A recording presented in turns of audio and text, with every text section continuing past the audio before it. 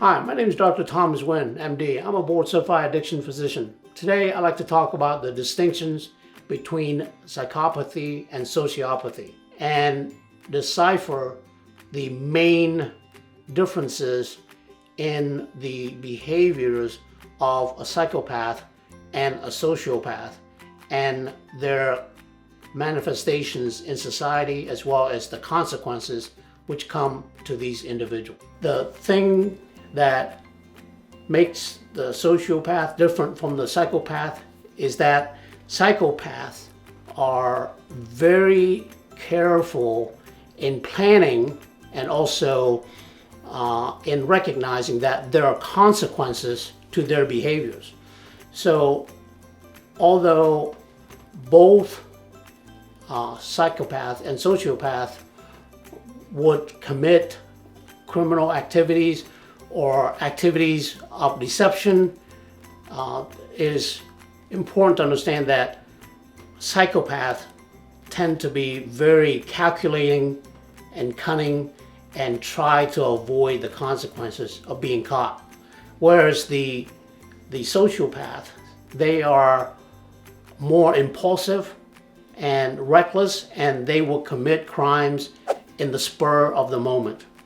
So that's why they are highly represented in the criminal justice because of their recklessness due to their impulsivity. The other thing about sociopaths is that they do, even though they have a decreased sense of remorse, they do have a negative emotion when they are caught in their deception or in their criminalities. Whereas the psychopath, they are calm, their emotions are well regulated so that they don't overreact, even in if they are involved in a criminal matter where they are caught.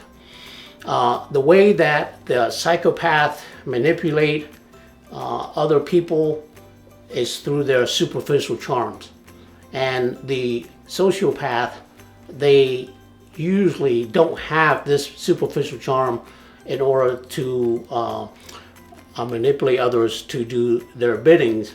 Therefore, that's why they are more parasitic than manipulative, like the psychopath. The psychopaths are driven, as been shown by research, by elevated dopamine, which is the primary neurotransmitter for reward and motivation in the limbic system, especially the amygdala. And therefore, they are driven to accomplish success in life because they are calculating, they are very aware of the consequences of failure, and they recognize the rewards if they succeed. Therefore, they're able to exist in society without being detected, whereas the sociopath are often in situations where they are unemployed, where they have to rely on other people in order to survive, and therefore, because they cannot fulfill their obligations because of their finances as well as in their occupational roles, they don't reach the height of success as the psychopath.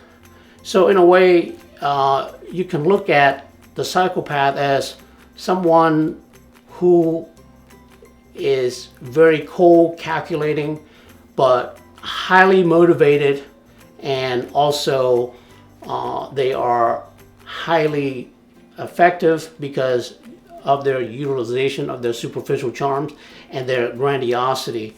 And whereas the sociopaths, they are not so much successful in life, even though both types of these behavior traits tend to disregard the law. The psychopath can see the wrongs and the rights in their behaviors and act accordingly, even though their outcome may be criminalities. But in the sociopath, they are unable to decipher what is wrong or right in their behaviors, especially their criminalities, because it's done on an impulse. It's a response to negative emotion.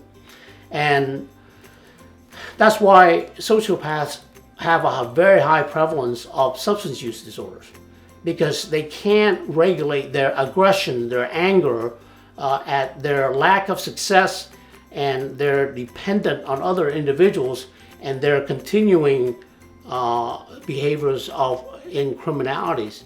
And the psychopaths, even though they're very good at regulating their emotions, they also have a higher prevalence of substance use disorders because of the lack of meaning in their lives and their inability to form meaningful relationships. Individuals who are psychopaths tend to do very well in society. As a matter of fact, the three groups of highly successful careers, are where psychopaths are prevalent in is number one, among law enforcement, police officers. Number two, among physicians. And number three, among the CEOs of major corporations.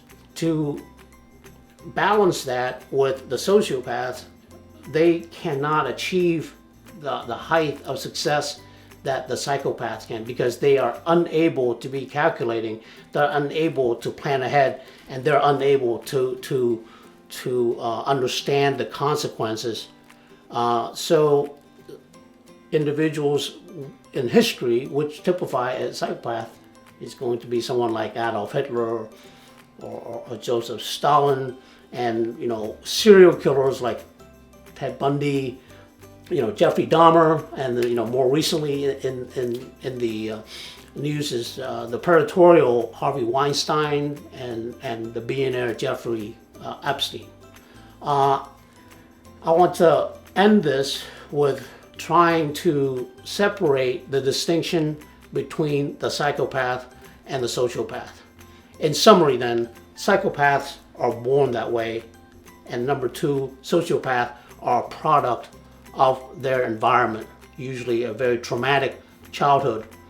But the way that they carry out their behaviors in their lives are obviously different, because the representation in prisons are much higher for sociopath versus psychopath, and then the percentage of psychopaths who are in high power positions are much higher than sociopaths.